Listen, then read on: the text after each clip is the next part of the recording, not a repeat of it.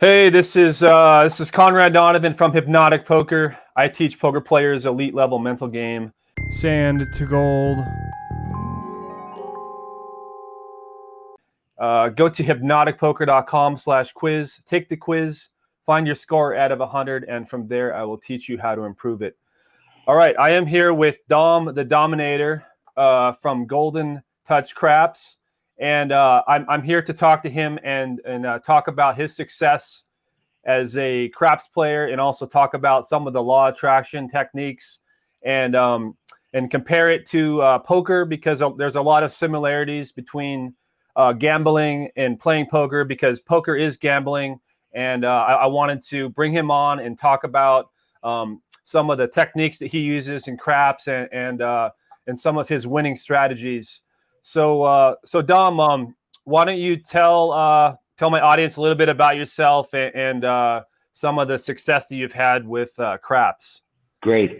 Well, first off, Conrad, it's great being with you. Glad to finally meet you. If somebody does a lookup, I'm listed as the 8th best gambler of all time, and I kind of feel like maybe I should have moved up on that list because everybody above me is all passed on and gone. So I think I'm the last surviving alive person there.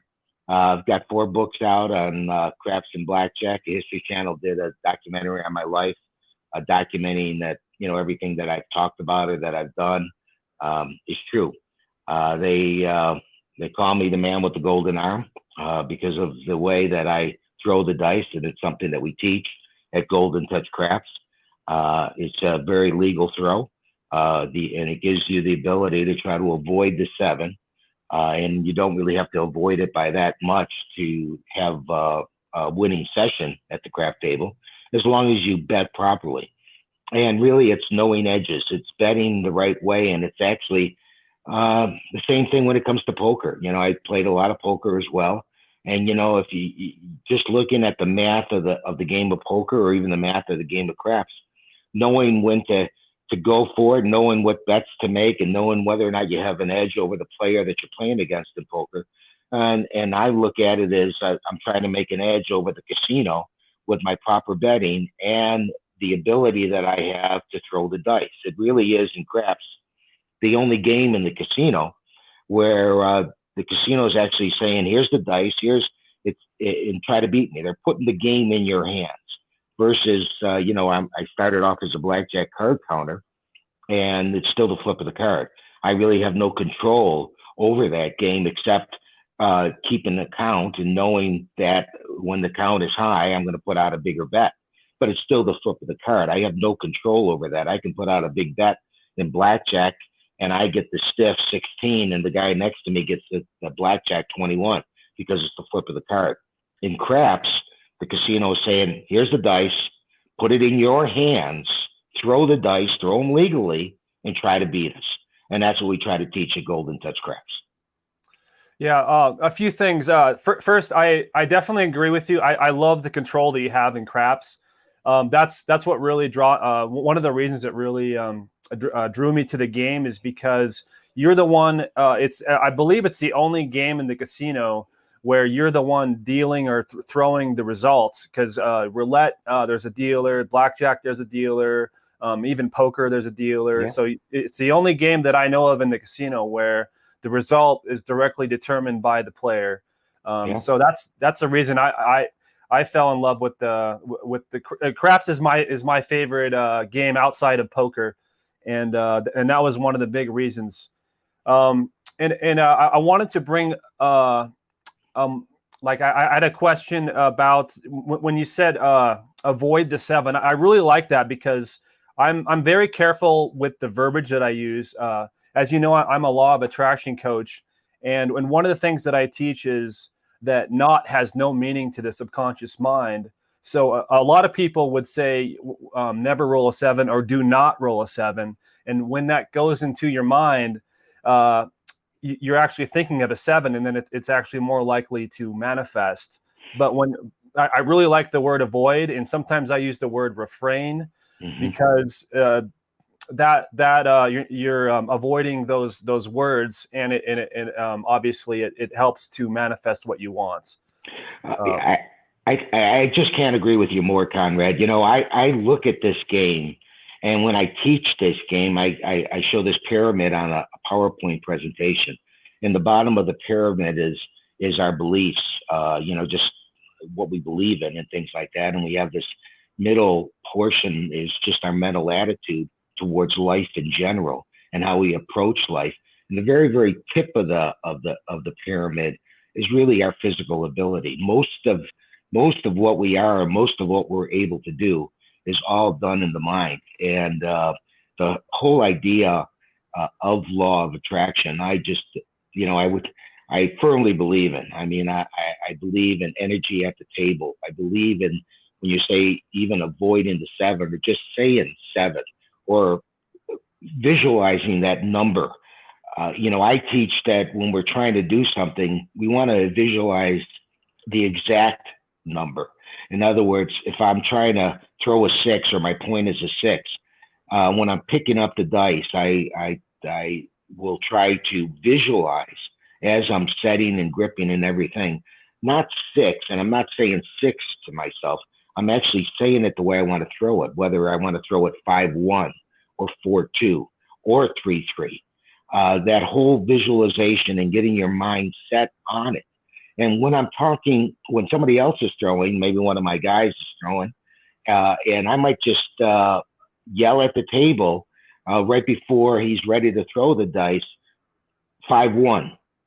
And all of a sudden, I really truly think that the whole people at the table, all of a sudden they hear 5-1, and I can't even begin to tell you how many times that 5-1 comes out, 5-1. That winner 6 comes out the way we just yelled it out. I am a believer in what you're talking about. And I agree with you. I believe in that too, because and my mentor talks about this too. If you say 5-1 out loud, it gets everybody at the table thinking about it. And I believe in manifestation. Your thoughts create your reality, and as you have more people thinking the same thing, it's more likely to manifest. Absolutely. That's why nobody likes a don't player at a table. They don't want that negativity at the table. I mean, it's just, exactly. Yeah, that's another reason I like craps, because it's a group game, and typically, like I've only ran into don't players a few times, and they're pretty rare. Usually, everybody when somebody wins, everybody wins the craps table. So it's a really it's a good environment, and you have a lot of momentum going. And so what we're talking about here is actually calling your shots, and I do the same thing in poker.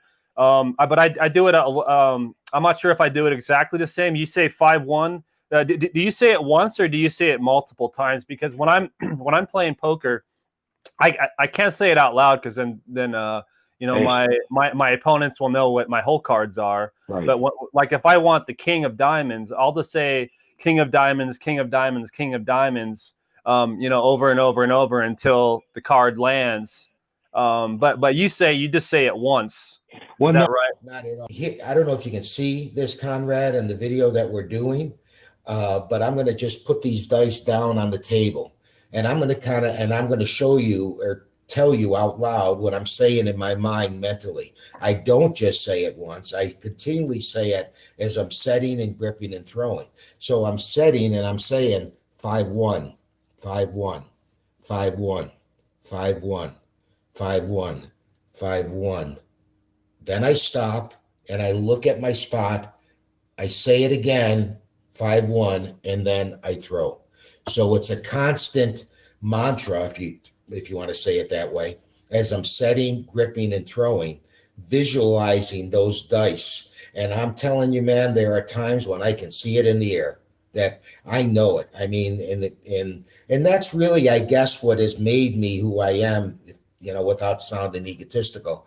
I'll call it out in the air, 5-1, and bang, it's a 5-1, and people scream. On the History Channel, they depicted one of those situations, which was really true, and that was me calling out a hard 10 at the Treasure Island Casino, which is a interesting story on how that whole thing came about and how I called out that hard 10 and why I called out that hard 10.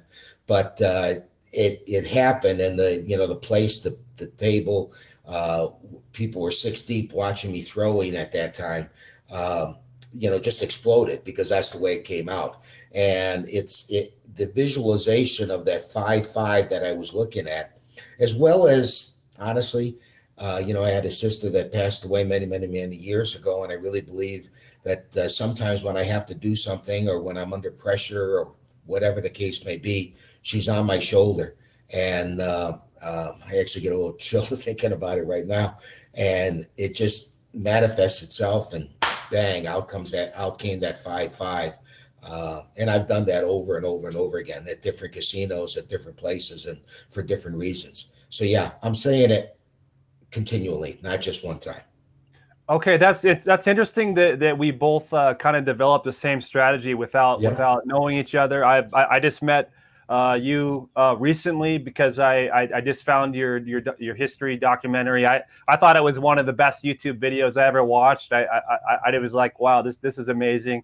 After I watched it, that's when I contacted you, because I'm like, man, this is so cool. And I remember that scene. How much money did you win that night, if you don't mind me asking, or is that something you don't discuss? I never discussed the amount of money, but I can tell you that on that particular night, it was in the high 5 figures. But the situation though of that particular night and that particular scene, and anybody can go to the website goldentouchcrafts.com, and you can look at the documentary. We have it streaming now because it's past the trademark times or whatever the case may be, and we've removed the commercials, and I'm in it, as well as there's an actor that plays me in it. It actually was the highest rated TV show that they did in that series, and even to this day there's more downloads of that particular show than any other show that the History Channel ever put on. So I'm pretty I really am prideful of that. But that particular week was a week when I could do no wrong. And I'm sure there have been times in your poker career where, you had 3 or 4 days that you were playing that just, cards were coming your way, or your ability to read the player across from you was just kind of phenomenal. I mean, you knew that he was sitting there with pocket aces, or you knew what was happening. I'm sure that's happened to you. And in that particular week, that's exactly what it was. I mean, I was just hotter than a pistol. And as the show shows, the suit at Treasure Island that night, after me just we keep on having these long rolls. And when I say people 6 feet deep behind me, people were waiting from the slot machines, waiting for me to come down the elevator to come to a table that I was playing at. I'd walk in that casino or go to the cafe, and people would say, "Hey, there's that guy. There's the guy. I made 50 grand off him yesterday at the crap table." So it was an unbelievable week. And that particular suit, what he did, and where that whole thing came about, was one of my guys next to me, was yelling at the dealer across from him. And after I had made my point, I looked at him and I said, "Hey man, what's going on?" And he said, "Well, that guy, that MF, he's turning the puck, which is, on every crap table. He's turning the puck from the word on. When you make a point, it shows the word on, and he was reversing it to the word no." And, basically I threw a 10 as my point, and I saw him do that. And we had a few words, he said, "There's no way you're making that 10." And I said, "No way I'm making that 10." And that went back and forth, and everybody just started to be quiet. And I pulled, a black chip out of my rack and threw it and said, "Hard 10 happen." And at that point, it just went quiet. And again, I was setting 5-5 and saying to myself, 5-5, 5-5, 5-5, set the dice, took my breath inside. And I am a believer in Eastern philosophies where you're breathing to your center point, which is, your navel, holding that breath, and then threw it and banged out the hard 10, and the place exploded. Yeah, it was quite a night. That's interesting that you bring up breathing, because my mentor is big on that, but I haven't really gotten into it. I'd like to meet him one day, Conrad. Yeah. He actually lives in Vegas too, so maybe I'll put you guys in touch with him. Next time. Yeah, next time in Oh, Vegas, I'd love to meet you guys.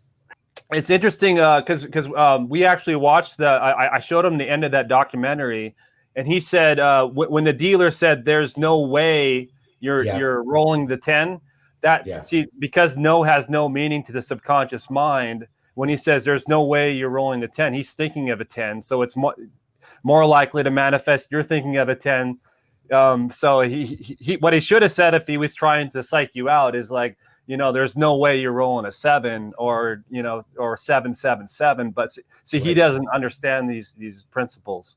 Well, So that's interesting. You know, yeah, that's interesting that you said that, because I never thought of it that way. But I can see that because everybody else at the table was thinking 10. I can tell you that much.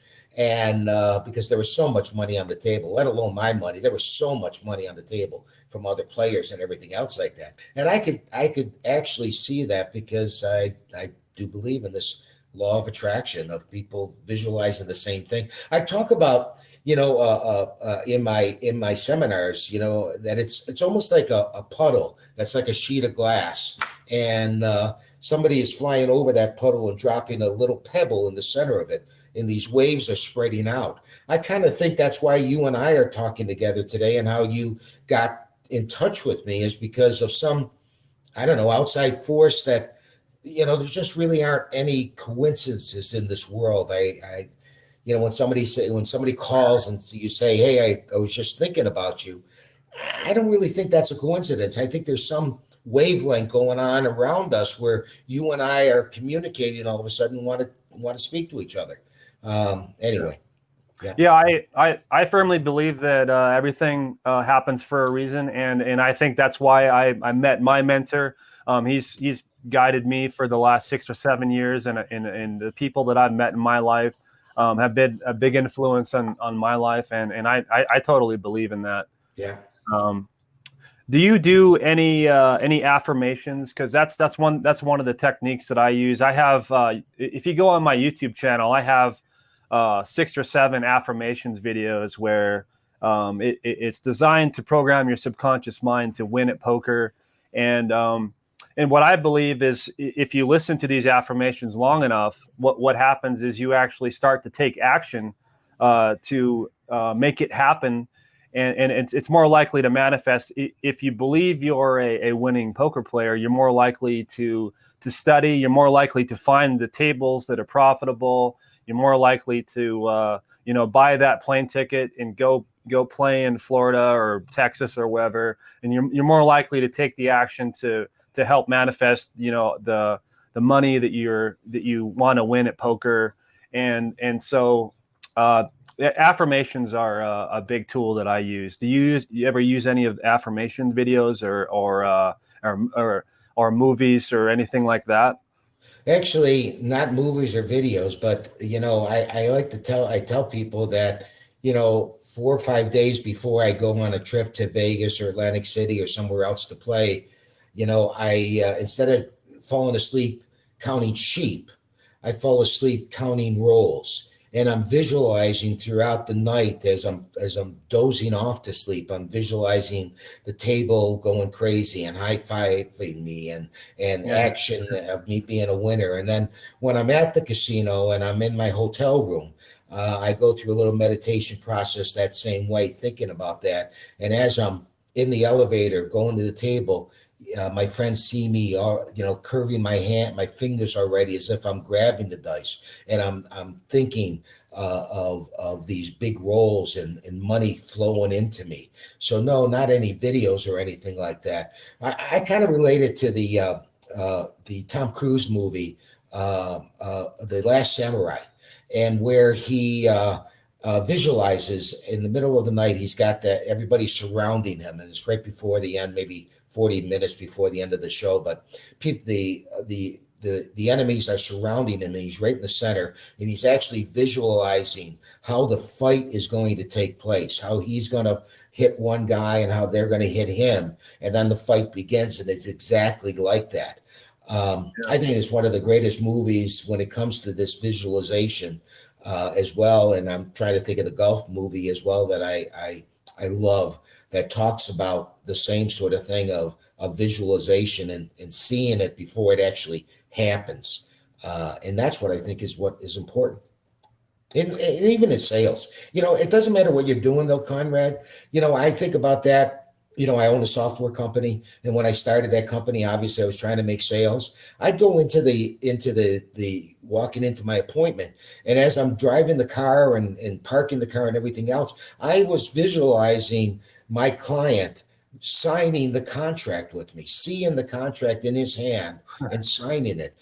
So this visualization and seeing these positive things happening, it's not going to work all the time, but it works enough where you have to say to yourself, there's something going on here. And, that's why I think I've been as successful as I have been in my, excuse me, 67 years. Yeah, I agree. Visualizing is very powerful, and visualizing it the exact way you want it to have happen. Always thinking about, only thinking about what you want to have happen, because what some people do is they think about these scenarios that they don't want to have happen, and then that kind of messes it up, because your mind starts thinking about potential things that can screw it up or whatever. But if you just focus on exactly the perfect picture of you going in there, whether you're playing poker and you see, you're visualizing a huge chip stack in front of you, Yep. or if you're playing craps, you're visualizing, lots and lots of chips in front of you, and just you're rolling everything exactly the way you want it to. I firmly believe in that stuff as well, and I use the same techniques. It's funny how we use a lot of so many of the similar techniques, but we've never had the same mentor or anything. So it's kind of interesting. Okay, so another thing I wanted to talk about was sometimes when you start winning, I've noticed this in poker, is some of the players can get kind of angry at you, and I noticed this in your documentary. It was one of the more interesting parts about it. When you started to win, the dealers, they didn't like it, and they started to mess with you and to try to throw you off your game.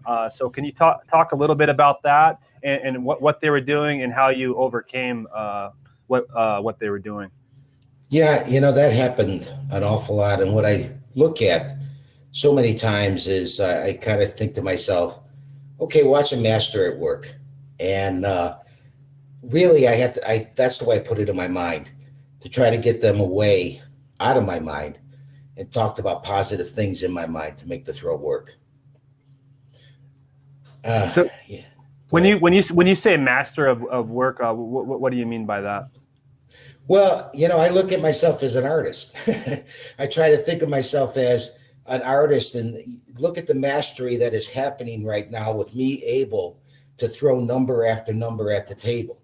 And I kind of think like, okay, you want to watch me? You want to screw with me? Fine. I'm just going to keep on going, because you can't beat me. No matter what you do, my mind is stronger than whatever you're saying. And I'm going to overcome all that. And I did. I mean, there were a lot of times when a stick man would wave his stick in front of me, or they put a guy 350 pounds with a big belly as the stick person, and just kind of stick himself right up in front of me. I remember, this happening at Treasure Island, and my one partner, Billy, with them doing all that, and Billy saying to the guy, yeah, but we just win. And he just wins. And it just, that whole way of thinking positive about it and not letting outside influences affect what you're doing. Think about when I used to play basketball. You're going for a free throw, and you've got the crowd yelling against you and waving in front of you. I mean, you have to just, at that point, you got to be able to get rid of all those outside influences, go back into the muscle memory you're practicing that has been happening all this time. Go back into that muscle memory and throw with an empty mind, and shoot that shot with an empty mind. And after I visualize that 5-10 and say it for the last time, when I take that breath in and hold it to my center point, I am throwing the dice at that point with an empty mind, not thinking about anything except let my practice take over. It's like that again with the movie The Last Samurai. The Samurai Warrior was one of the greatest, if not the greatest warrior of all time. But they would never go into battle with a weapon that they didn't train on for years and years and years. And that training just takes over. And the same thing with dice in what I do. It takes practice. But once you're there live at the table, then you're in the enemy territory, the casino. Let your practice take over. Let your muscle memory take over, and just do what needs to be done. And that's kind of like the way I look at it when I got all that type of aggravation.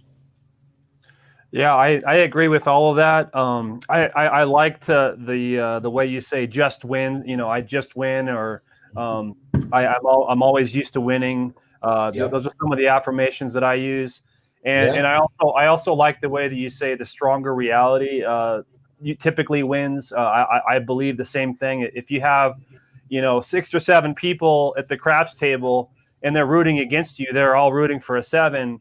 But you have the strongest reality and you're trying to roll a 12. Like I actually play the field bet, even though the house edge is a little bit worse, because it's just, sure. I like the instant decision where, if you're on the point, you might have to wait 3 or 4 or 5 rolls. I kind of like plus I like the triple up too, but sometimes I'm playing a field bet and I'm thinking of a 12, if there's 7 or 8 people that are, rooting against me and they're trying to get a 7, it's just whoever has a strong excuse me, whoever has the strongest reality typically wins. And that's exactly what I believe and teach as well. Absolutely. And one more point I want to make too, and this is where some people get messed up, is you always want to think about the positive and not the not of the negative, because some people think not of the negative, like they'll say I never quit or I never give up, and that's the wrong way of thinking, because it's putting quit and give up in your mind. It's also the same with an MMA fighter, and before they're going into their fight, they're rooting against their opponent. They're rooting, which is like it's rooting for their opponent's hand to not be raised, instead of rooting for their hand to be raised. They're rooting for their opponent's hand not to be raised, and that's the not of the negative thinking. And that what I believe is it reflects back onto the person, and because it's putting them into that negative state. So I always tell my clients and other people, only think about the positive side and not of the negative. So yeah, no, you're right. I think you're absolutely right. Absolutely right. And another thing I wanted to mention, when you said knowing if you have an edge over the other players, at the poker table, I always like to believe that I always have the edge. It's always to your benefit to believe to believe that you have the edge, because it helps to manifest it. So that's one more point I wanted to make. Well, as a poker player, you're right, because you cannot calculate that edge over that player that you're playing against. In other words, you don't know what his edge is or anything else like that. And what I do, though, with craps, you can actually wind up doing that calculation to see whether or not you have the edge over the house, the casino. So you can say, I'm playing with a 3% edge when I'm shooting the dice, or I'm playing with a 15% edge when I'm throwing the dice. So when you go up to the table, when my students and myself, we walk up to the table, we know we're playing with an edge over the house. And we have that good feeling to be the casino's worst nightmare. In your case, you need to reaffirm that in your mind, that you're the best player at the table, that you have the most knowledge at the table, that nobody can beat you, that you're going to make the right move at the right time, and you're going to sit there and make those moves. And you have to be able to do that, because like I said, you can't calculate the guy or lady across from you on how good of a player she is. You have to keep on saying to yourself, I'm a better player than that person. I know I'm a better player. I've been here before. I've done it before. I'm going to do it again today. Yeah. Well said. So that's about all the the questions and stuff I had that I wanted to talk about. So that's about it. Where can people find? Where can if some of the listeners here are looking to Great. get in touch with you? Where can they find you?